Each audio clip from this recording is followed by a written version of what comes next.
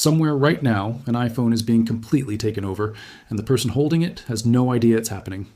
No suspicious link clicked, no sketchy app installed, no warning pop-up ignored.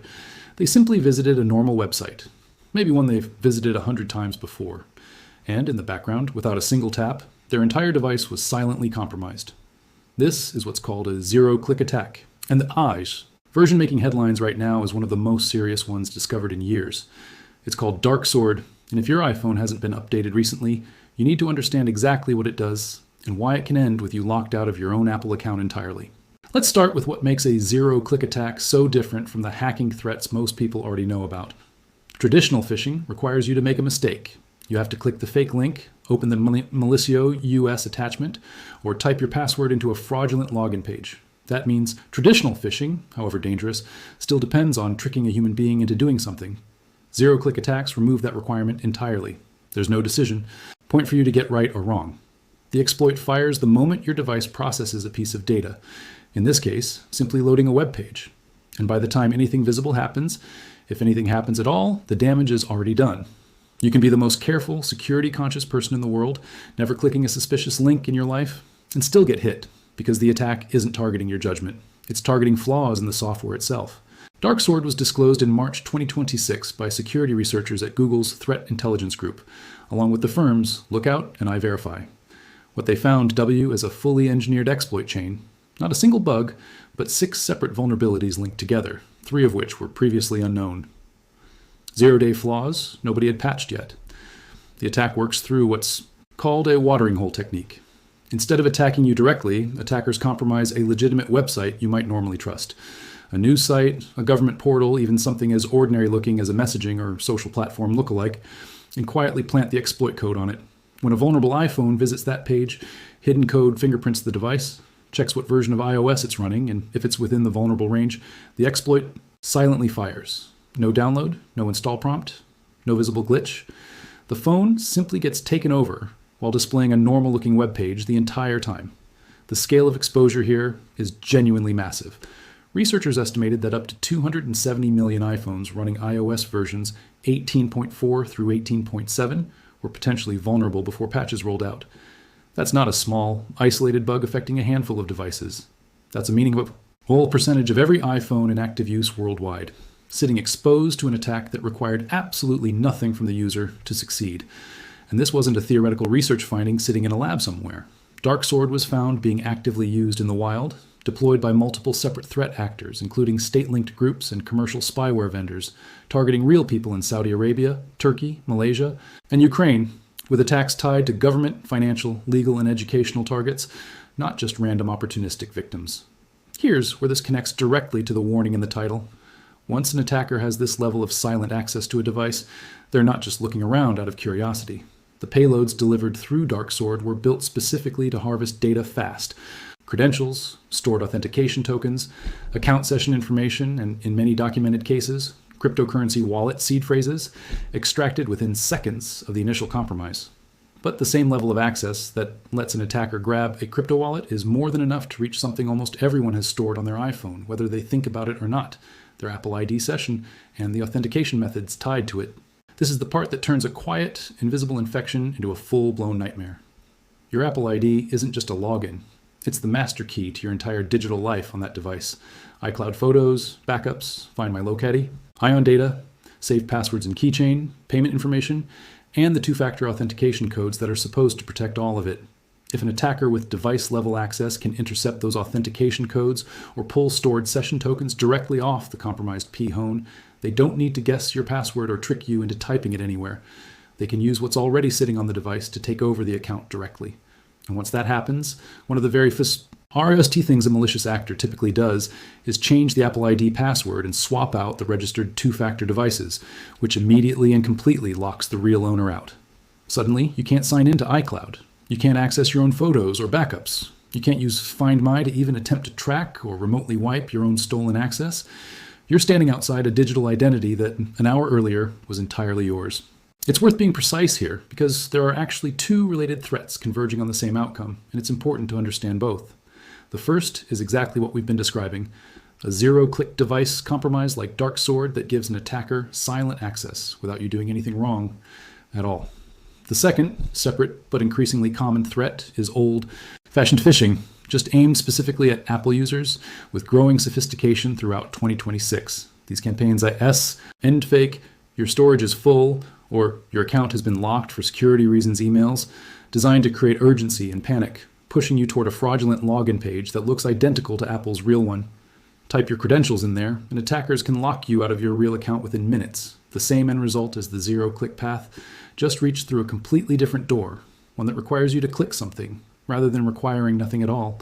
There's also a reason this particular exploit kit pushed Apple into doing something it almost never does. Apple has historically taken a firm position that the best protection comes from running the newest version of iOS, full stop, and that older versions get left behind once a device is capable of updating further. Dark Sword broke that pattern. A significant number of iPhone owners had deliberately stayed on an older version of iOS rather than upgrading, often because they disliked interface changes in the newer release, and that created a large, persistent pool of exposed devices even after a fix existed for people willing to upgrade.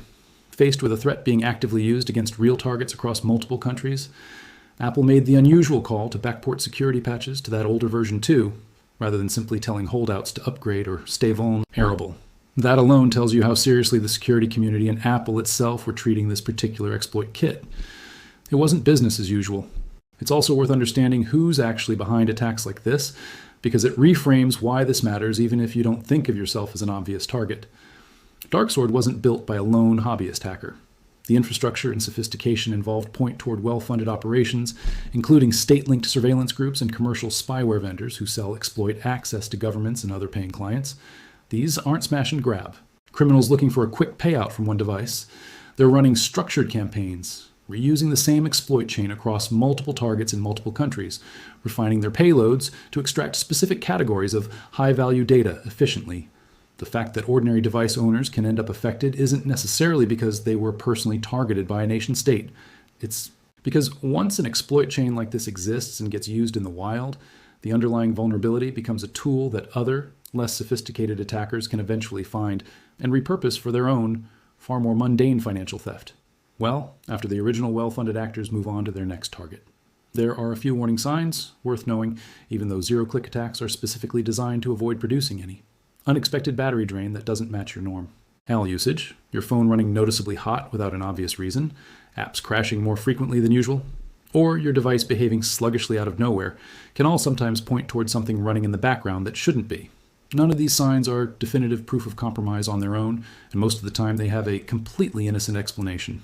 But if you notice several of them together, especially after visiting an unfamiliar website or right around the time a major exploit like this is making headlines, it's worth taking seriously rather than dismissing immediately. Both paths lead to the same devastating place, which is exactly why this deserves your full attention rather than being dismissed as just another overhyped tech headline. Low-seeing access to iCloud isn't a minor inconvenience. For a huge number of people, it means losing years of photos and videos that were never backed up anywhere else.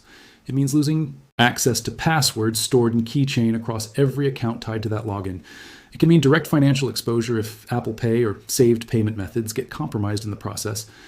And because Apple ID is so often the central authentication hub tying together email recovery, app purchases, and device management, a locked-out victim frequently finds themselves fighting a recovery process that can take days, sometimes longer, while the attacker has a head start doing whatever they intend to do with the access they've already gained.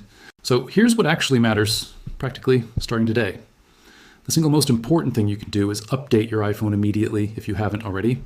Apple has patched the vulnerabilities behind Darksword, and in an unusual move, the company even expanded those patches backward to cover older iOS 18 versions for people who hadn't yet moved to the newest operating system, specifically because so many devices remained exposed. Go into your settings, check for a software update right now, and turn on automatic updates if they aren't already enabled.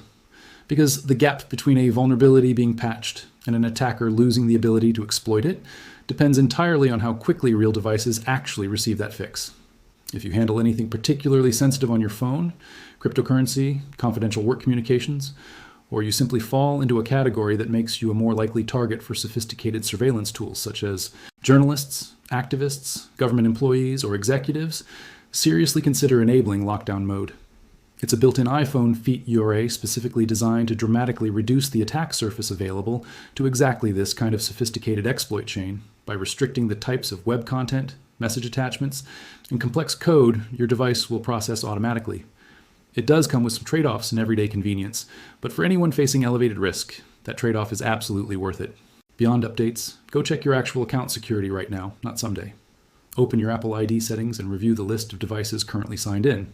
If you see anything you don't recognize, remove it immediately and change your password on the spot. Make sure two-factor authentication is properly configured and set up a dedicated Apple ID recovery key if you haven't already.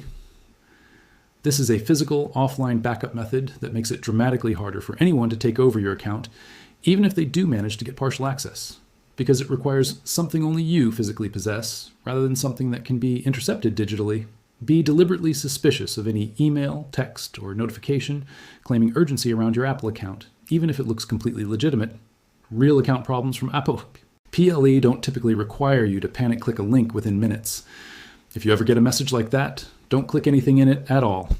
Open Safari yourself, manually type appleido.apple.com, or go directly through your device settings, and check your account status that way instead. That one habit alone closes off the entire phishing pathway to this same nightmare scenario, regardless of how convincing the fake message looks. And finally, back up what actually matters in more than one place. iCloud is reliable, but no single point of storage should ever be the only copy of something irreplaceable, whether that's photos of your kids, important documents, or anything else you genuinely cannot afford to lose. A second backup, whether that's an encrypted external drive or a separate cloud service entirely, means that even in the worst case scenario, where someone does manage to lock you out, you're not also losing everything permanently while you fight to get access back. What makes Dark Sword and attacks like it so unsettling isn't really the technical sophistication, even though that sophistication is genuinely impressive from a security research standpoint. It's the fact that it eliminates the one thing most people have always relied on to protect themselves, their own caution. You can do everything right, avoid every suspicious link, never download a sketchy app, and still end up compromised simply by visiting a normal website that happened to be compromised without your knowledge or the site owners. That's exactly why the defense here isn't about being more careful in the moment. It's about making sure the door is already locked before anyone ever tries to walk through it. Keeping your software updated, your account recovery options properly configured, and a recovery path in place long before you ever need it. Because by the time you realize something's wrong, the attacker has usually already had all the access they needed for quite a while.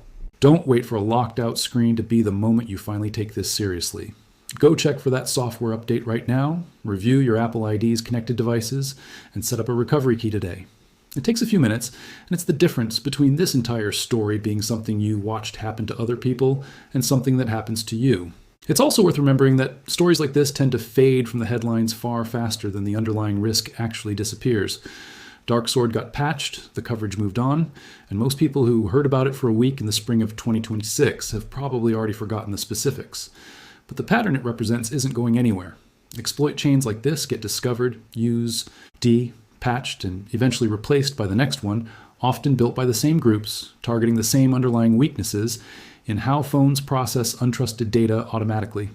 The device sitting in your pocket right now holds more of your actual life than almost anything you own, and treating its security as a one-time checklist instead of an ongoing habit is exactly how people end up surprised the next time one of these stories breaks. Update when prompted. Check your account settings periodically, not just when something feels wrong. Treat urgency in any message about your account as a reason to slow down, not speed up. That single shift in mindset will do more to protect you than reacting to any individual headline ever could.